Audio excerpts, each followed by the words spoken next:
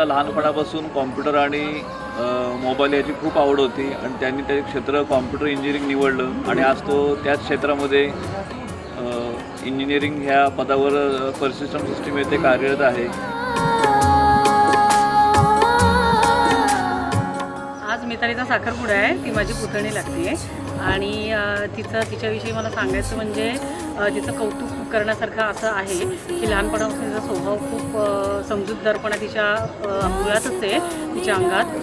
आणि ती पहिल्यापासून अभ्यासात खूप हुशार आहे आणि तिने आत्तापर्यंत अभ्यासात हुशारीने ती इथपर्यंत आली.